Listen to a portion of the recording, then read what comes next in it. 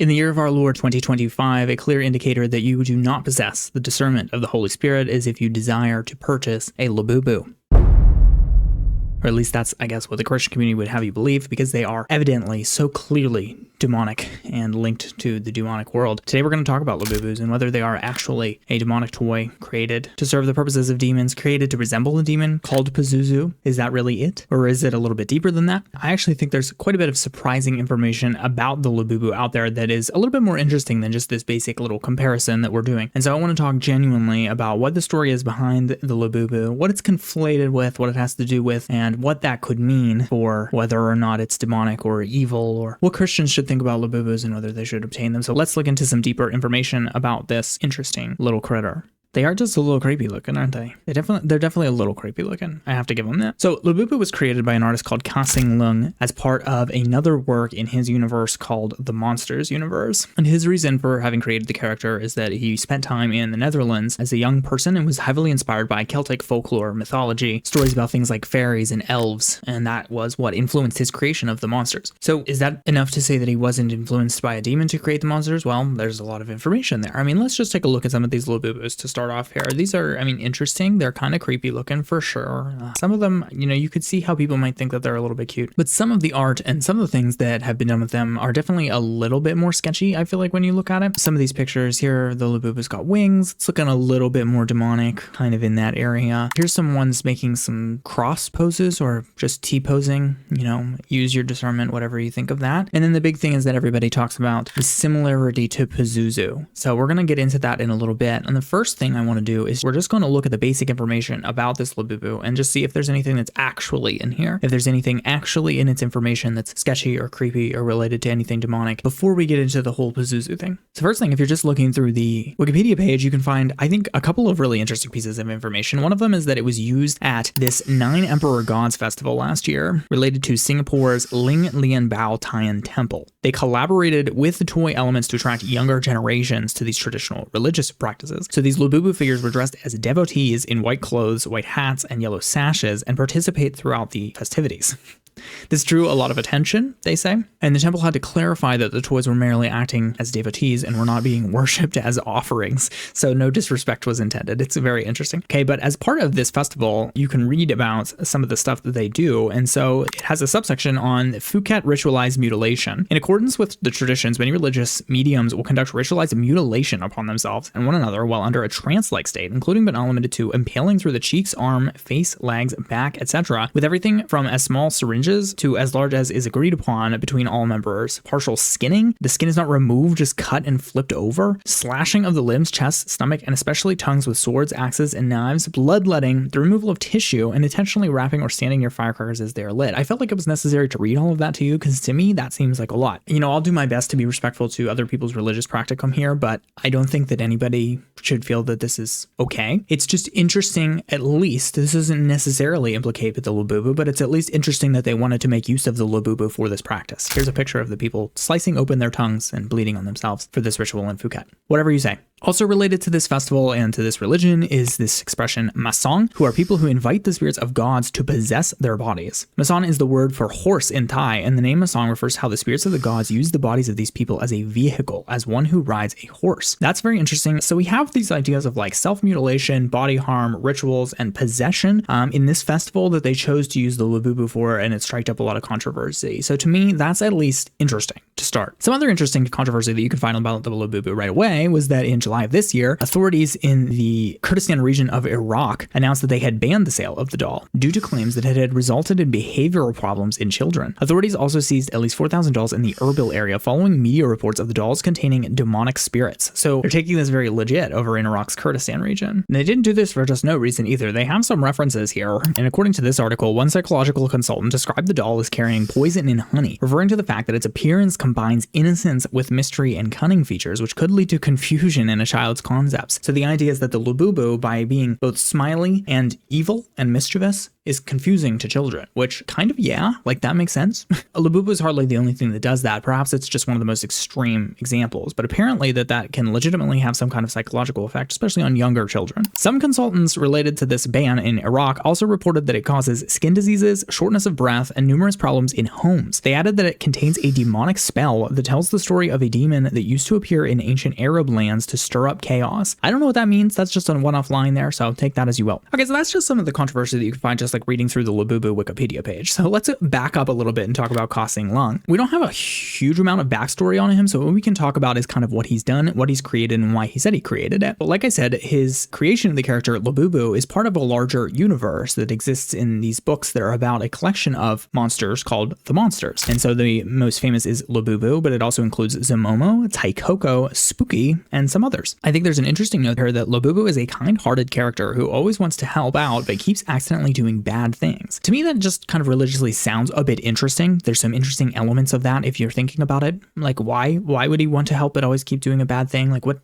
kind of lesson does that teach children? This idea of like mischievous spirits. And we're going to get into this idea of kind of like trickster spirits because I think that has a little bit to do with it. Let's look at some more information about these other characters. Zamomo is the tail-switching leader of the Labubu elves. Taikoko is a vegetarian skeleton who subverts spooky cliches. Spooky is a moonlit snow doll, equal parts eerie and endearing. And Pato is a mouse-eared dreamer, starring in Pato and the Girl. That's the name of the story that he appears in. Here's some pictures of them. You can see each of them there. We're going to talk a little bit about Puca. This is Puca here. He looks like a goat, which I think is at very least interesting. And knowing that his work is based off of Celtic mythology, I did some digging on that, and we were able to find this information on the Puca, which has counterparts throughout Celtic and Germanic cultures of Northwest Europe. In the Scandinavian languages, we find, according to the OED, that Puca was a mischievous demon, the devil, a puke devil, or a mischievous person, or an evil spirit, or a devil, or a goblin, which is quite a lot of interesting things about this here Puca. In the Chanel Islands, the Puca were said to be fairies who lived near ancient stones. Here is a picture of the story of Puca. This was posted on Kasing Lung's Instagram page. I just think it's interesting that it makes use of a pentagram and or a Star of David as part of the symbolism there. I'm not sure exactly what that corresponds to, but the use of symbols is always interesting when we're talking about something that could be demonic. While I was looking into Puca, I also found some more interesting pictures for you that I just felt like doesn't necessarily clarify anything, but in this picture, you can see some of his elements of the bad mixed with good. Like, you have these cute characters, but many of them have their hair shaped into things like devil horns and witches' hats, which are a little bit specific to me. Here's a page that might be from the Puca story, but it's not entirely clear because it's very hard to find the original material for his books and the stories of the monsters, so you have to kind of just reference as you go. But in this particular example, you can see that Labubu and it looks like Puca and the skull guy, Taikoko, go to see the Master of Magic, which I just thought was really interesting. Obviously, to us Christians, we consider magic kind of demonic. I'm going to have a separate video on that topic, which is sort of interesting, but I just felt like looking at this is a little disturbing, like at the very least. Like, this just doesn't look like a kid's story to me. This Master of Magic is looking real creepy to me, and then everything in the background has like demon-shaped horns, or kind of fairy-shaped horns based on Celtic mythology, which we're going to talk about a little bit more, as I said. So going just from these creepy pictures, going just from this Wikipedia article, now let's talk about Pazuzu. This is the famous post that we see everywhere. They got y'all good. I read somewhere that the Labubu doll is associated with the demon Pazuzu, an ancient demon of Mesopotamia and Babylon mythology. So this is a bit interesting because, first of all, I feel like there's a couple of big things worth mentioning, which is that the Pazuzu in this picture is not the actual Pazuzu. This picture just appears to be like AI generated. Like, if you look up Pazuzu, this picture has absolutely nothing to do with Pazuzu. It was only created for this Labubu post. And they have this idea that Pazuzu is this ancient demon that smiles, like a smiling demon, but that's not at all. It has absolutely nothing to do with Pazuzu. So at least that part is wrong. You can see this commenter who said, not even from the same mythology, Labubu is based on European myth, while Pazuzu is a Babylonian. That's correct, but see my prior video on the pagan gods and the fallen angels, where my point that I'm making essentially is that all pagan religions share a lot of commonality, and I'm going to be making a future upcoming video that goes into a bit more detail on that. So it doesn't necessarily disqualify it as being demonic just because they appear to come from, because he's inspired by Celtic European myths, whereas Pazuzu is a Babylonian demon. We're going to talk about how those things appear to flow into each other very heavily. However, more interestingly, before we completely throw Pazuzu to the curb, because of course it does sound a little bit like Labubu, so you can't blame people for like looking for demons that sounded like Labubu and coming up with Pazuzu. However, if you read into Pazuzu in a bit more detail, what you'll find that I think is a little bit closer to Labubu and interesting is that there is this enemy of Pazuzu, this other demon that is called Lamashtu or Lamashtu. So I think that sounds a little bit more scary. Like, both Pazuzu and Lamashtu sound a little bit like Labubu, interestingly enough. But if you read about Lamashtu, the baby snatching Lamashtu was attested as both a subject of and an antagonist to Pazuzu. It is theorized that Pazuzu could have been created specifically as a counter to her. Initially, she existed as an independent demoness with no distinct connection to other demons. Pazuzu, a god or demon, was invoked to protect birthing mothers and infants against Lamashtu's malevolence, usually on amulets and statues. Although Pazuzu was said to be bringer of famine and drought, he was also invoked against evil for protection and against plague, but he was primarily and popularly invoked against his fierce, malicious rival Lamashtu. This incantation against Lamashtu shows that he is invoked against the daughter of heaven who tortures babies. This is, to me, just a little bit interesting if we conflate Labubu instead with Lamashtu and then Pazuzu and have kind of them both conflated with one another, because Lamashtu, if that is representative of Labubu, these names, man, Pazuzu could be conflated with Zamomo, which I think sounds more similar. So just think we have Labubu and Zamomo, who's kind of like her parental figure. Oh, Labubu's a girl. Did I mention that? Like Labubu's a girl, to whatever relevance that gives. But she has this kind of like older figure that looks just like her, but has a tail, and that's Zamomo. And he's kind of like a counselor or someone who like helps her do better, basically. So you have Labubu and Zamomo, and then we have Lamashtu and Pazuzu. And I just think that those connections are a little bit remarkable. To me, it's just at least interesting, all these names and similarities, but it doesn't necessarily, there's just nothing that specifically connects Pazuzu and Lamashtu to Labubu and Zamomo. I wanted to make a quick point though about this that everyone's going to be responding to, this connection to Pazuzu and this whole idea of Labubus being demonic in general. It's always going to get this criticism, which is what people said about Pokemon, what people said about D&D, what people said about Harry Potter. All of these things have come under attack for having and containing demonic ideas and all of those kind of things forever. And I definitely think that there's a line, and we as Christians have to be careful that we're not just like crying wolf every time for no reason. So we really should be doing more investigations like these to say like, what is actually the origin of the thing? How harmful is it? But I also don't think it's necessarily a bad idea to just say like, if we don't fully understand something, we should encourage people to stay away from it. That could be different than like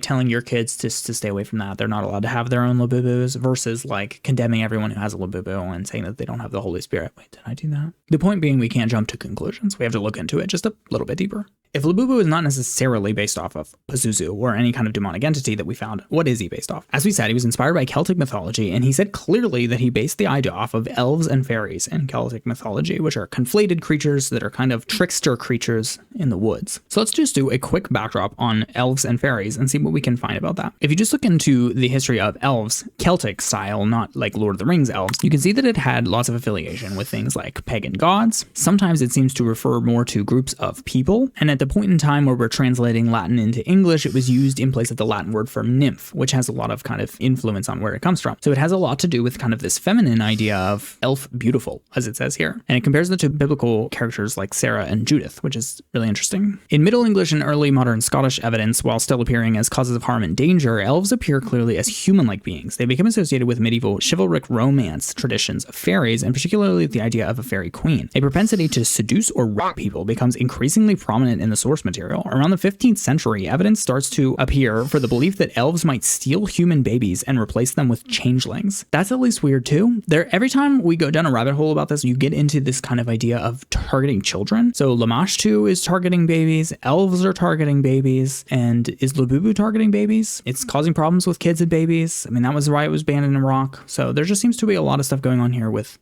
kids and babies, and that's at least interesting. It's being used in weird rituals. We're talking about lots of spiritual stuff going on here. It just seems weird to the very least. There's sexual stuff going on here. There's self-harm going on here. There's some weird things associated with these Labubus, at the very least. So you heard mentioned in that article that elves were pretty closely affiliated with fairies in Middle English and Celtic mythologies and things like that. So in Celtic cultures, fairies, also known as brownies, elves, selkies, or pucas, or known collectively as a group of creatures called the Fae, all of these can be mischievous and even dangerous, as well as cute and clever and helpful. So you very much see the similarity to Labubu when we're talking about fairies. This idea of fairies is not what we see from like Tinkerbell. It's actually this idea of like mischievous spirits who appear cute, clever, and helpful, but are actually mischievous and even dangerous. If you read down about the origins of fairies, various folk theories casted them in the Christian tradition either as being demoted angels or demons, or as deities in pagan belief systems, as spirits of the dead, or as prehistoric precursors to humans, or as spirits of nature, all of which are pretty interesting to me. Most academically, according to some historians, such as, I'm going to butcher this, it looks French, Barthélemy d'Herbelot, such as that guy, fairies were adopted from and influenced by the Peris of Persian mythology. Peris or Paris were angelic beings that were mentioned in antiquity in pre-Islamic Persia, and as early as the Achaemenid Empire. Peris were later described in various Persian works in detail. A peri was illustrated to be fair, beautiful, and extravagant nature spirits that were supported by wings. This may have influenced migratory Germanic and Eurasian settlers into Europe or been transmitted during early exchanges. The similarities could also be attributed to a shared Proto-Indo-European mythology. So the idea that these fairies and these Persian angels or demon creatures are the same thing and they're affiliated with one another is interesting to me in the development, and at least one historian thinks that they literally developed from there. You heard mention of the demoted angels idea from this Christian tradition, where it held that fairies were a class of demoted angels. One story described a group of angels revolting, and God ordered the gates of heaven shut, so those still in heaven remained angels, and those in hell became demons, and those caught in between became fairies. Others wrote that some angels, not being godly enough, yet not evil enough for hell, were thrown out of heaven. The concept may explain the tradition of paying a tithe to hell as fallen angels, although not quite devils. They could be viewed as the subjects of Satan. So they're saying that this idea of there being these middle creatures, fallen angels, as you see in sort of traditional depictions, being different than demons or the rulers of hell, kind of has this idea of this middle territory creature. King James, yes, that King James, has a dissertation on demons, and he stated the term fairies to refer to illusory spirits or demonic entities that prophesied to, consorted with, and transported the individuals they served. In medieval times, a witch or sorcerer who had a pact with a familiar spirit might receive these services. So we're getting a lot of tie-in here. Even from ancient times, there's been the idea of fairies and in-between creatures being conflated with angels, demons, and other things in between. So even if we go back to Labubu being inspired by Celtic mythology, the idea of elves and fairies, even if the creator, Kasing Lung, means that genuinely, if they do happen to be creatures that are, by their very nature based off of something that we would consider evil in the Christian tradition, then it would still be demonic, if that makes sense. Furthermore, a recorded Christian belief of the 17th century cast all fairies as simply demons. And this perspective apparently grew more popular with the rise of Puritanism in the Reformed Church. They give this example of a hobgoblin, which was originally this mythological household spirit, which became classified as a wicked goblin. Dealing with fairies was considered a form of witchcraft and was punished as such by the Puritans. They give this example of in William Shakespeare's Midsummer Night's Dream, the king of the fairies states that neither he nor his court fears the church bells, which the author and Christian apologist C.S. Lewis cast as a politic disassociation from fairies. C.S. Lewis makes it clear that he himself does not consider fairies to be demons in his chapter on the topic, where he calls them the longevi, which is the long livers, from his chapter in The Discarded Image. Just because I love C.S. Lewis, and he also is sort of a authoritative figure when it comes to ideas of mythology and things like that, which he was a student of and incorporated greatly into his works like the Chronicles of Narnia. If we look a little bit into that passage, in which he refers to them as the longevi in a book called The Discarded Image, he said he avoids the term fairies because it's tarnished by pantomime and bad children's books with worse illustrations, which is a bit interesting. He takes this term longevi from Martianus Capella, a Neoplatonic philosopher, who mentions that dancing companies of longevi would haunt woods, glades, and groves, and lakes, and springs, and brooks, whose names are pawns, fauns, satyrs, sylvans, and nymphs. So we have more of a kind of mythological tie-in there, and going back to that nymphs term that we mentioned earlier. C.S. Lewis suggests that the medieval mind understood them to be inhabitants of a kind of middle realm between the physical and spiritual regions, which relates back to what we said earlier. Lewis posits 4 theories about them, sort of mentioned in the article that we looked at earlier. First, that they are this third rational species distinct from angels and men, quoting a 17th century writer that their nature is middle between heaven and hell, and they reign in a third kingdom, having no other judgment or doom to expect forever. This is sort of the idea of trapped spirits, the trapped spirits of the Nephilim, which in the tradition of people like Heiser that we've talked about on the channel, you would have demons essentially just being these trapped spirits in a third space between heaven and hell. They have nowhere that their spirits belong. So that's always kind of been a traditional idea. Lewis further breaks them down into these ideas of nymphs, sylphi, nomi, and salamandre or volcani, which is a little bit deeper than we're going in this category, but that gives you things like nomi, which are related to gnomes, which are like dwarves. There's another medieval writer that he mentions that says the longevi are demoted angels, a band of spirits who did not totally join with Satan's rebellion, but who were antagonistic to the Almighty's reign. They were assigned to a middle realm, a half-existence between angels and men, to be relegated to Inferno on Doomsday. A third theory is that the longevi are dead, ghostly spirits. On death, it was supposed that those who did not go to heaven or hell may end up in fair elfland, which is sort of interesting. And the final opinion is that the longevi are simply demons, which would be the idea at risk today, I would say. This is the prevailing view from the 17th century onwards with those Puritans that we mentioned in relation to the Protestant Reformation and the subsequent rationalism of the Enlightenment. It seems to be sort of a more logical approach that all of these things could fall together, and I think the supernatural world that I mentioned earlier, that if we look into what the Bible says about it a little bit more specifically, then coming up with this idea of what actually would these middle creatures be, and if these middle creatures are to be affiliated with things like elves and fairies, and that's on which Labubu is based, then is Labubu based on a creature that is actually demonic, or at least a fallen angel or some sort of hellbound entity of some sort? The answer seems to be possibly yes. A few other denotations from early church fathers could be seen, but it's important that universally Christians have been negative or skeptical regarding creatures like fairies or nature spirits. Some of them have said some things ambiguously about them in positive terms, and there's this example listed from Origen, who says in the year 248, "We also indeed maintain, with regard not only to the fruits of the earth, but to every flowing stream and every breath of air that the ground brings forth, those things which are said to grow up naturally.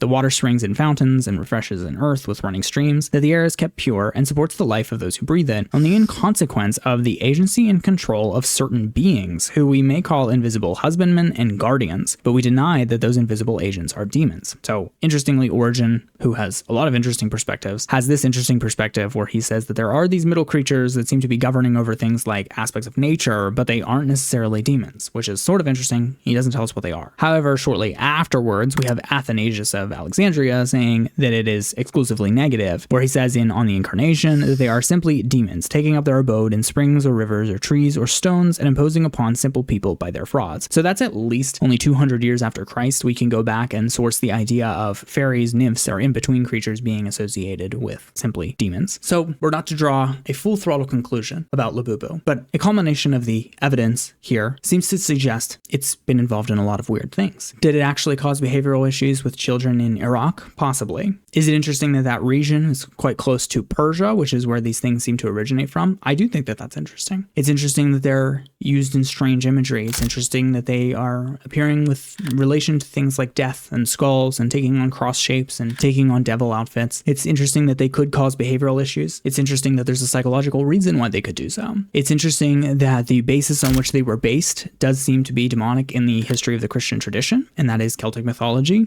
If mythologies are to be taken seriously, then they are seriously part of a tradition that is not Christian. And so could your child have of any kind of fairy or any kind of being from mythology as a toy in their house? I don't know. Is it possible that Labubu is directly infused with a demonic entity? It's always possible, but it's hard to say precisely and for certain. Is it weird that these rituals of possession and riding and body mutilation and sexual traditions decided to use Labubu as a toy to promote these rituals? I think that that's weird. What does Labubu have to do with these things? It's not exactly clear. It's not exactly clear whether that's the creator's fault and whether that is a result of Labubu being the way that Labubu is. So there's a lot of in between. There's a lot of things that you could say, but here's the actual details. This is what I'm giving you, the information to make an informed decision about Labubu, if you so choose. It's at least an interesting creature. I don't think I would purchase a Labubu, not least of which is just because they look creepy. Perhaps it all just really breaks down to that, which is that there's some creepy looking creatures. If you enjoyed this video, please consider sticking around with the channel. This has been Creed's Questions, and I am thrilled to have had you. I ask that you would please leave a comment, like on this video. Let me know if this is something that interests you, more topics like this. If you think there's a deeper bit to it that we need to go further. And if you're interested in more of a history of how these mythologies and all of these kind of practices relate, then you should definitely stick around, because I have some interesting content coming up on the channel soon where I'm going to be discussing these things in detail in much of a similar fashion, where we're talking about ancient ideas of the occult and mythology and how these things go back further than people think and how they are all connected, and you can't split them up and say, oh, that's Babylonian and that's Greek mythology, because in fact they're conflated a lot more closely than you might think. So if that sounds interesting to you, stick around with the channel. Again, this has been Creed's Questions, and I thank you so much for watching.